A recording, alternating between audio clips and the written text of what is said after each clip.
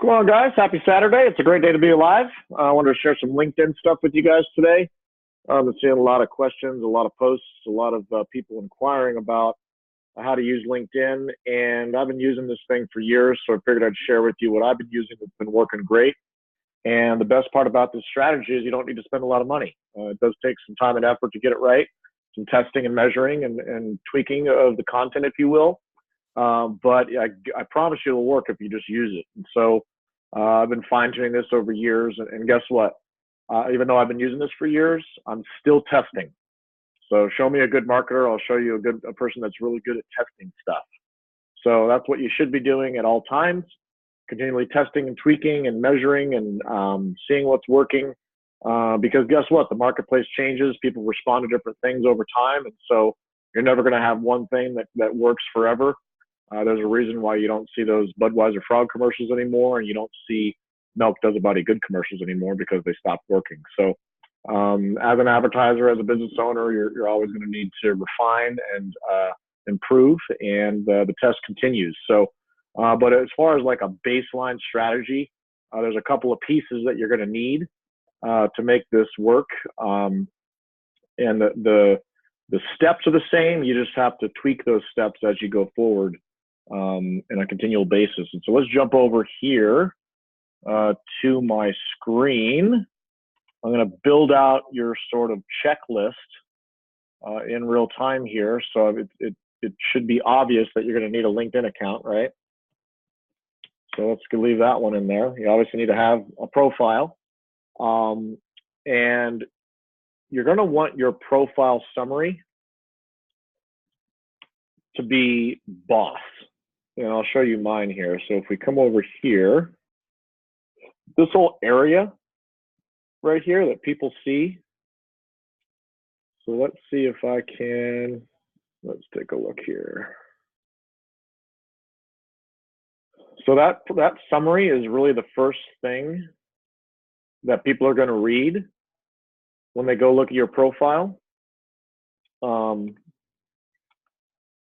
And I would definitely use like your name. Don't use like your business name or anything. There's a separate component inside LinkedIn where you can create a company page. So try to veer away from using like your company name or some fancy URL. Just use your real name in your URL. So that way when people go to look at, because this actually gets SEO'd in Google now. So if people do a search for you, you want your LinkedIn profile to show up more and more as people become more familiar with LinkedIn, as clients and associates and companies become more familiar with LinkedIn, which, I mean, that's pretty much over, I guess, now at this point. It's been around for a few years, but it's a good place for people to learn about you. And so when they click over to your profile or do a search for you in Google, you definitely want to take advantage of that because you want to be able to control what people are seeing and the content that people are digesting about you. And so this is a really good place to do that. And so even if you're not, doing what I'm doing, which is actively, using the platform to get business, it's still something you need to pay attention to because people, whether you like it or not, people are looking at you on here. If you're, regardless of what you do, if you meet a stranger or a new person that you're getting ready to do business with, there's a good chance they're going to click over and look at your LinkedIn profile just so they can see who they're dealing with. So it's very important that you have a really good profile. Whether you have it professionally copywritten or whether you write it yourself. It's probably better to have it written in first person, but again, something that's worth testing, see what works best. It's not a strange occurrence for people to message me on LinkedIn or somewhere else and say, hey, I saw your profile, it looks awesome. So that's a very normal occurrence in my life because I took the time and effort to try to make it good. And so you should definitely be doing the same thing. So let's put profile summary. Invest time and or money to make it great. So these are all the things that you do before you start actively trying to actually grow your connections, which right now, let me go back to the home here. It should tell me. Okay, here's connections. So if you go to the home page on LinkedIn and just go to the feed, this little left-hand area will tell you how many connections you have. So I've got over 5,000 connections. And they probably grow by about between 500 and 1,500 a month. is probably what I'm growing at right now. A good chunk of that's organic, but most of it is by me actively sending out connection requests. And I actually have an automation tool that does all this for me. That's not something you need right away. I mean, you'll eventually want to automate it because it is a lot of work. But starting out, you don't need to automate. The first thing you need to do is get your profile good, get your strategy down, figure out who your audience is, and you get the baseline stuff, like the foundational stuff is what you're going to want first, which is, of course, the stuff we're talking about here. Now, once you have your profile summary dialed in, then what you're going to want to do is start growing your network. Now, there's a strategy there. This is the content strategy. At the end of the day, you're not going to be able to grow your network unless you have pretty decent content. And so what I mean by that is when you go to send out a connection request to someone, LinkedIn gives you the opportunity to use your own content when you do that. And so what I mean by that is, let's say I do a solar company. Let's say I do a search, and you always want to use the people. Let's say that I wanted to, well, this is giving me all like my first level connections. Let's go with second and third. So that way I'm not reaching people that I don't know. So if you go to connect with this person, see how it says add a note? You always want to add a note. Use something in here to differentiate yourself from the other thousands of people that are reaching out to these cold prospects. So, you know, test some different things. Like I always say, hey, I saw your profile. We share some common interests. It would make sense for us to be connected so we can network and help each other. Something along those lines. If you're not a good writer, get yourself a professional copywriter that understands your personality, understands your brand, understands your company mission, understands your audience and their pain points to help you with this process. But again, it's not something you need to do right away. If you're on a shoestring budget, like a lot of people are, write it yourself and do first person and think about how you'd want somebody to approach you. Imagine yourself at a big, huge fucking networking event and how you would want someone to you know, approach you, right? You'd want someone that was friendly, that didn't have commission breath, that wasn't trying to sell you some shit. You know, you'd want that person to approach you in a friendly, what's the best word here? Non-confrontational, right? You want to be easy to engage with. You want to be, not pitch something right away. And that's one of the main points that you have to be careful of on LinkedIn, is to not be a pitch monster on this platform. And that's pretty much true for any platform nowadays. You also don't want to go in, just pitching some shit right away. So that's going to be part of your content strategy as you're growing your network. You're also going to need Sales Navigator. Sales Navigator is important, and it's cheap. I mean, it's like what, $80 a month per month, or I think it's like $600 a year. Once you know that you're going to be using this platform with long term, which everybody should, just pay for the year. It's a tax deduction. It's an investment in yourself and your business and in you. Just make the investment. It's worth it. One deal in most cases will pay the freight on what you're spending. If you're getting a lead or two a day, you should easily be able to pay. It should easily pay for itself fairly quickly. But don't worry about the cost. I mean, if you can't do it again, just start with the $80 a month one, build out from there. Now, the reason why the Sales Navigator is so important is because it gives you all this really awesome targeting, way more so than the actual little basic search that you have in here. I'm not going to go too deep into Sales Navigator because I want to try to keep this video short on time. I could make a whole hour training on how to use Sales Navigator, but once you have Sales Navigator, this little button will show up in the top right of your LinkedIn profile. You just click on it, and then it opens up this search thing, and you can do all kinds of different searches. Let me go back over here to the advanced one, actually. And go to the advanced, search for leads, and then, once you have this, the best thing you can possibly do for yourself is just go in here and tinker around with a little bit. The LinkedIn search in general is not a perfect thing. It's going to return abstract data. So just be careful when you're, especially if you decide to automate this process. you're going to want to use the Boolean, which is the and or not operators. And so you're actually going to want to write that down, Boolean operators, and or not. And just tinker around with those. Like you'll see in one of my searches here, and some of these are really long. And we're talking like one of my searches was like 2 paragraphs. It was like literally like a whole page in Google Docs of different things. And the way you figure that out is you do a search. So let's say solar. You can include, exclude. You can add geography.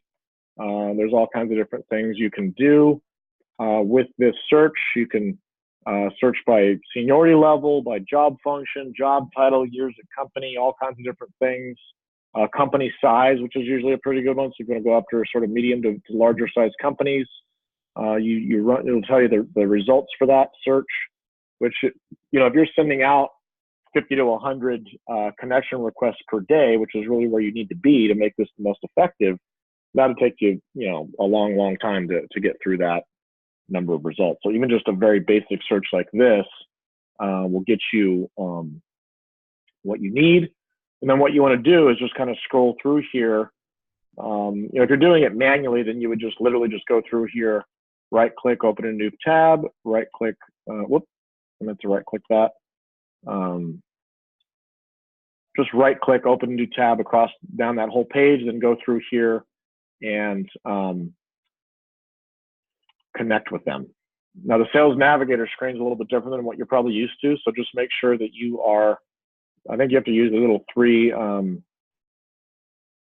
dots, click on connect, and then you can go ahead and, the other thing I want to just mention real quick is when you're writing out your content, create like an Evernote doc or some type of a Google Doc.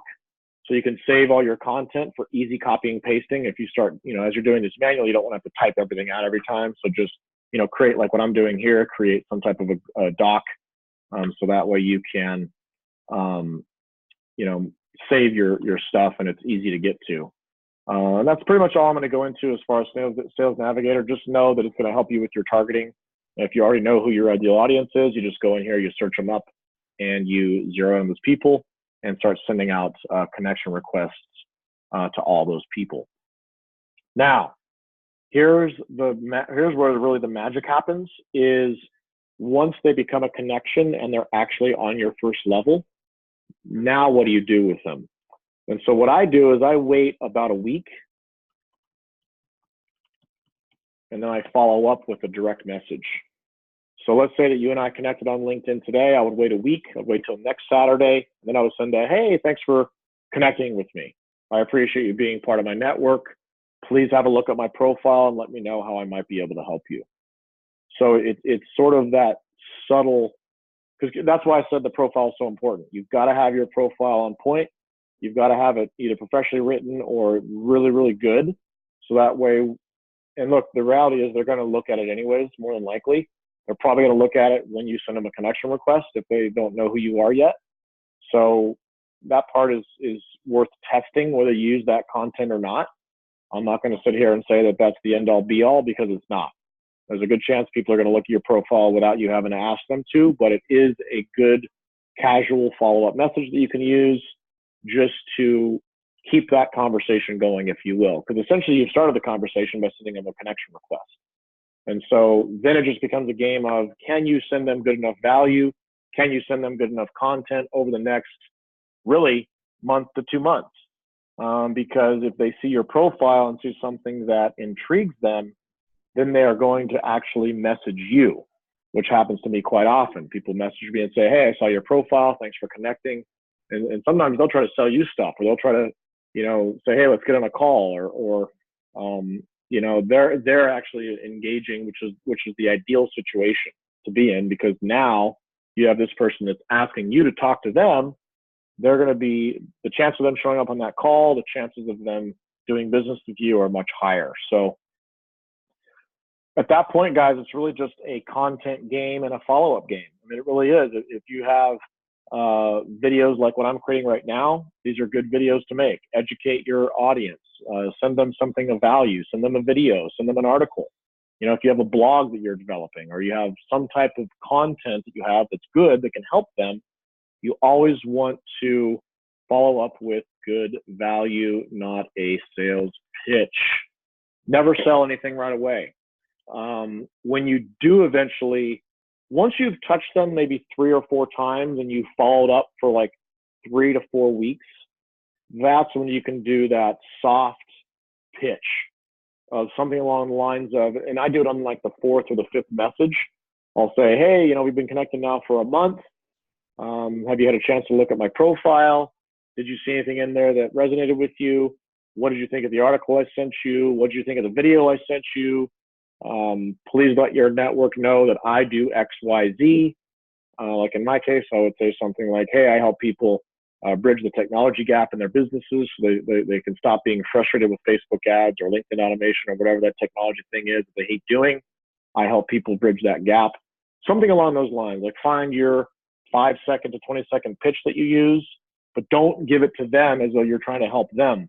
Just say, I help my clients do this. Please, is there anybody in your network that could use this, or do you know anybody that could be a good referral partner for this, or you know, something along those lines to where you're not actually pitching that exact person. Just say, hey, I could really bring value to your network. Please let me know if there's anybody in my network that you'd like to connect with or that you think you could help. So it's always that value up front. It's always that, you know, approaching it. I just put myself in the mindset of, I want to be a good helper. I don't want to be a salesperson. Even though it's sort of baked into what we do that everyone wants to sell more shit, obviously it kind of goes without saying. We're all here for one thing, that's to grow our businesses. But there is a right and a wrong way to do this. Believe me, I've done it the wrong way and it does not work. Being a commission breath swamp monster is not going to get you very far, even if you have something amazing. So just be careful with that. And then it's, you know, like I said, it's just a follow-up game at that point. So we do a soft pitch after, let's just say 2 to 4 weeks. Test, and test. So this is really the strategy that you should be using immediately in your business. And then once you have something that's working, once you get a deal or two closed by doing this all manually, that's when you can automate. So you never want to automate something that's not working, right? So that's why you want to do it manually first, test your content with your audience, with your chosen list of people that you want to help. Do all these things, test. And then once you hit pay dirt, once you know that it's working, then you automate the entire process. And so that's pretty much where I'm at right now. I have tested. I know some content that's working for a specific audience. And by the way, you're still going to get the fuck off messages. If you don't get fuck off messages every day, then you're doing something wrong. You're not reaching out to enough people. You're always going to piss people off, regardless of what you do, what you sell, who you're selling it to. There's always going to be, your tribe is going to be a subset of that overall audience. So like if you serve manufacturing companies and there's 5,000 manufacturing companies in the United States, you're never going to be able to sell every one of those 5,000. You might build a great business with serving 100 of those people or 200, because guess what? Your face is just not going to resonate with all 5,000 of those other people. So that's just marketing 101 shit. You should already know that, but it's worth repeating because I think a lot of times we get so married to our own dog food, so to speak. We think that, oh my goodness, this person doesn't like my shit. Just freaking deal with it. You're always going to be pissing people off no matter what you do, whether it's a direct mail or a LinkedIn message or advertising on TV or YouTube, like whatever you do, it's going to piss some people off if you do enough of it. So you should just accept it, deal with it, and move the frick on and keep doing more. I like to say, hey, if I'm not pissing off at least 20 people a day, then I'm doing something wrong, because guess what? All it takes is 1 or 2 people a day that you can help that make it all worth it. So that's all I got for you today, guys. Let me know if you have any questions. I'll be happy to send you this checklist if you need it, or you just pause the video on the screen and you can kind of read the step-by-step process. Make it a great day, guys. I appreciate you. Thanks for checking out the video. Please hit the subscribe button to my YouTube channel. I'd appreciate that. And I'll see you on the next video. Take care, guys. Have a nice weekend.